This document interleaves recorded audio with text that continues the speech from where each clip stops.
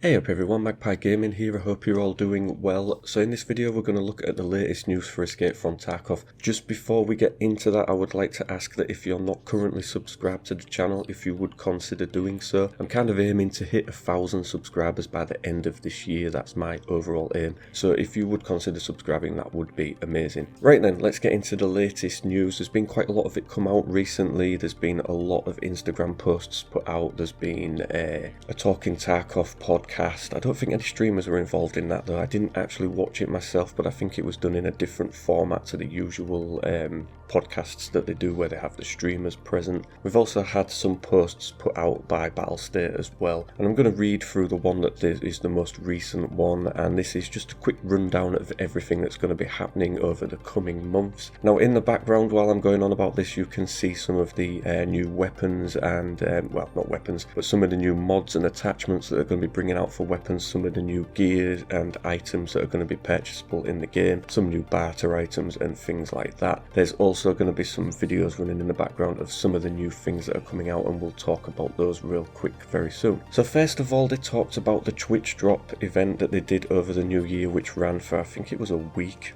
Very successful event in terms of bringing players into the game and in terms of exposure for the game. They say that there was 8.3 million objects that were given out in the Twitch drops. If you didn't know what Twitch drops event was, basically if you had a Twitch account and an Escape From Tarkov account, you could link them together. You would watch approved streamers on Twitch, and just for simply watching them, it would drop certain items into your inventory, which you could then redeem in the game. So people were getting anything from just an attachment for a gun right up to bitcoins and things like that. It was a great way to boost the overall exposure of the game. There was lots of people watching. Pestilly did over 100,000 views for quite a few days, I think, so it really boosted some of the streamers and overall boosted the game. The issue with that was there was an influx, a massive influx of new players into the game, and this meant that the servers were struggling, really struggling. I was off work that week, so trying to game every evening here on the EVU servers, and roughly by 5 to 6 PM you were seeing the server start to grind to a halt. When you was getting to the likes of 9 and 10 PM you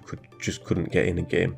More often than not, the servers were just that lagged out that you couldn't get anywhere. The odd thing was that once you did manage to get into a raid, the raid was as smooth as anything. That was fine. It was simply all of the menu system, the flea market, the hideout, everything with that would just grind to a halt and you couldn't really do anything. So it was really messing up the game. To alleviate this, they said that they were going to take, they was going to bring out a program of upgrading the servers, adding more servers. They have now added more servers to Brazil, Chile, Argentina, Mexico, Colombia, Indonesia, South Africa and more. They say there's also a Japanese server that's just come online this week. Now it's noticeable that they don't say anything about North America or the EU, which is where you have the bulk of the players for the game, I think, and where the player base was suffering the most. Here in the EU it was really bad, as it was everywhere else, but it doesn't seem like we're getting any server upgrades, so I'm not too sure what's going on there. I'm sure that something will be getting done in the background though to alleviate this. They did put out an official apology, I think the other day, basically stating that they were making it a priority to get the servers updated, that they had people working on it all of the time, and they've always been pretty secretive about where they actually host their servers, who they use and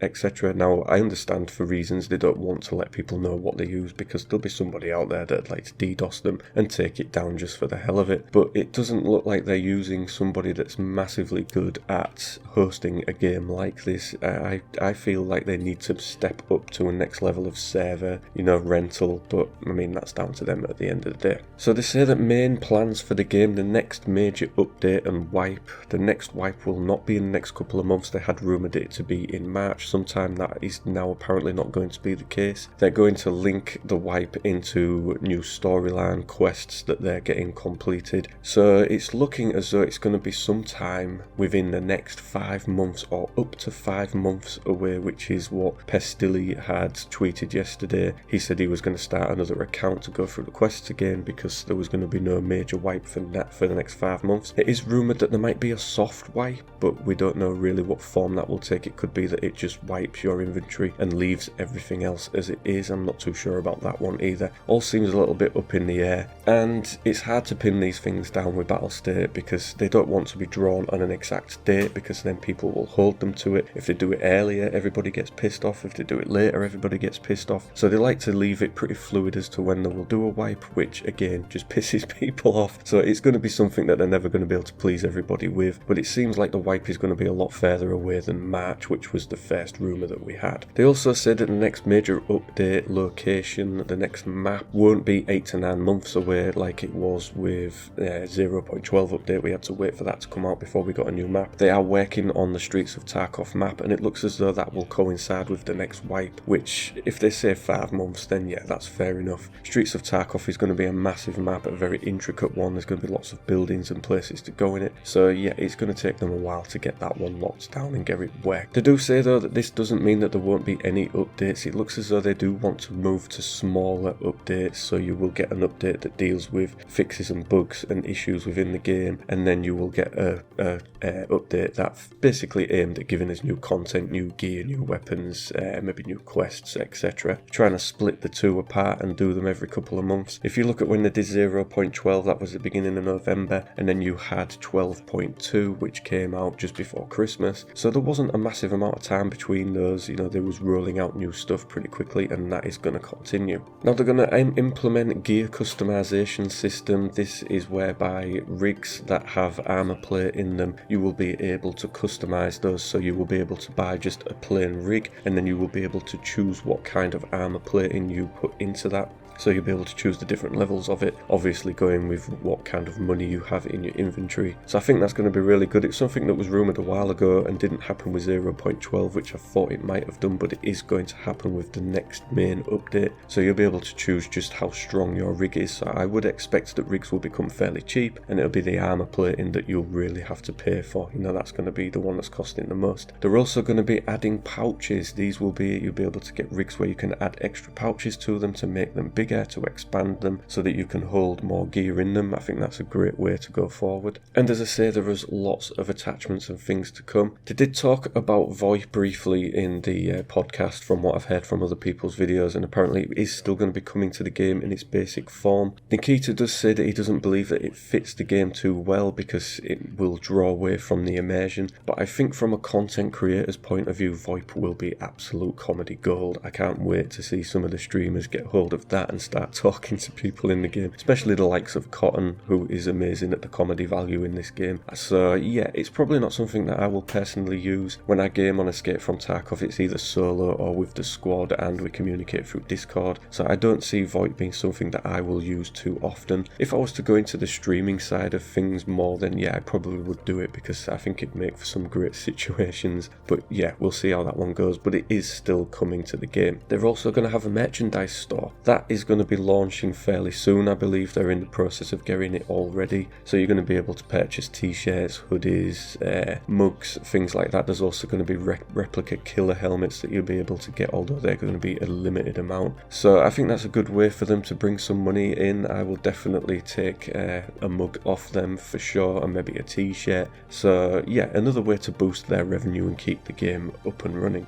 And then, as I said, we've had all these videos that they have shown, been showing those in the background as well, and they've said that these are leaks, where I don't really think if you're putting these out they're leaks, but there you go. So we have the double barrel shotgun animation that they've shown, and this is one weapon that I've been waiting for a while in the game, and I cannot wait for it to be added. I do really hope that it's a pretty cheap weapon though. I'm hoping that they're not going to make it too expensive. I'd love it as a secondary weapon, you know, if you get into a bind and you were really struggling and you know your magazines ran out, you haven't got time to reload, and you can just pull the double barrel out and maybe hurt somebody or tap them with it. I think it'd be a great secondary weapon for quick use. Again, I hope they don't make it too expensive. It's not a primary weapon that I would want to run around with. I'm hoping it's just a good backup secondary weapon. Then we've got the Tourniquet, which you will be able to stop severe blood loss with. The animation is very quick. It's a lot quicker than using a painkiller, it's a lot quicker than using a CMS kit. So I'm hoping that it's going to be something that you'll just be able to quickly use while you're in a battle, stop the bleeding, and then you'll be able to carry on, and then once you've finished your shootout with whoever it is, you'll then be able to rest up and medicate properly. So they say that it'll stop severe blood loss. There are rumours that there may be limb loss within the game, and this will stop that blood loss. I'm not too sure about that one, I haven't really heard anything about that. I think that was just Pastilli maybe going off on a tantric version of what he wants in the game, but there you go. New mods for the AKM, you've got all of the red mods for that.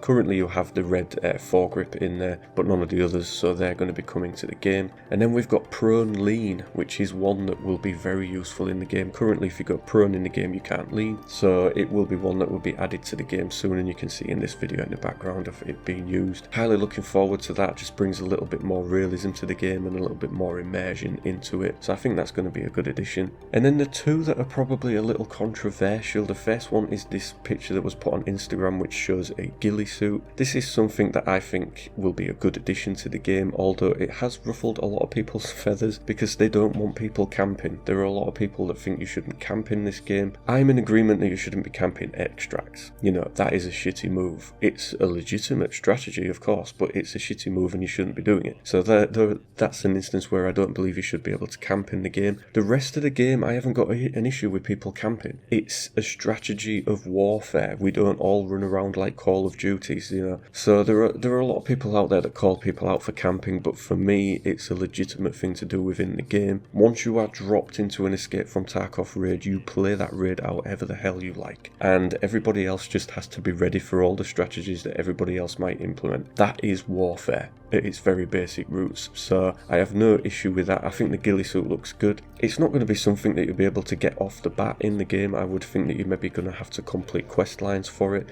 You'll maybe need to barter for it. It won't be something that you could just straight up buy, I don't think. You know, these kind of things will be put behind a wall that stops everybody just running around with them. But again, brings a new level of realism to the game, a new level of immersion, and I think it's a good thing. Then we have this one, which is the Underslung grenade launcher. A lot of people don't like the look of this one. Again, it's going to be something that's going to be very rare.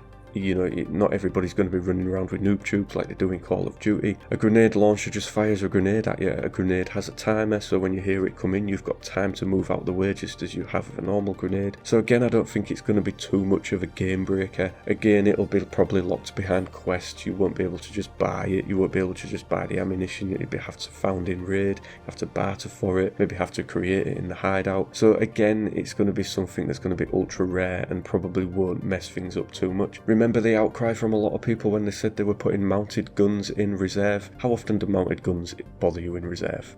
I haven't been killed by one yet. They don't bother me because virtually nobody uses them. So yeah, it's just going to be one of those things that'll come into the game and you probably won't even notice it's there. And that is pretty much it for this update video. There's quite a lot of things to cram into it. Obviously there's a lot of new stuff coming out. I think the game is in a really good place right now, although the server issues are getting annoying and don't seem to be going away as much as I thought they would after the Twitch drops, but as they say, they're working on that, so we just have to have patience and hope that they get those things sorted. So that is pretty much it. As always, ladies and gentlemen, thank you very much for watching and listening. Don't forget to like, share and subscribe, and I will catch you in the next one. Take care.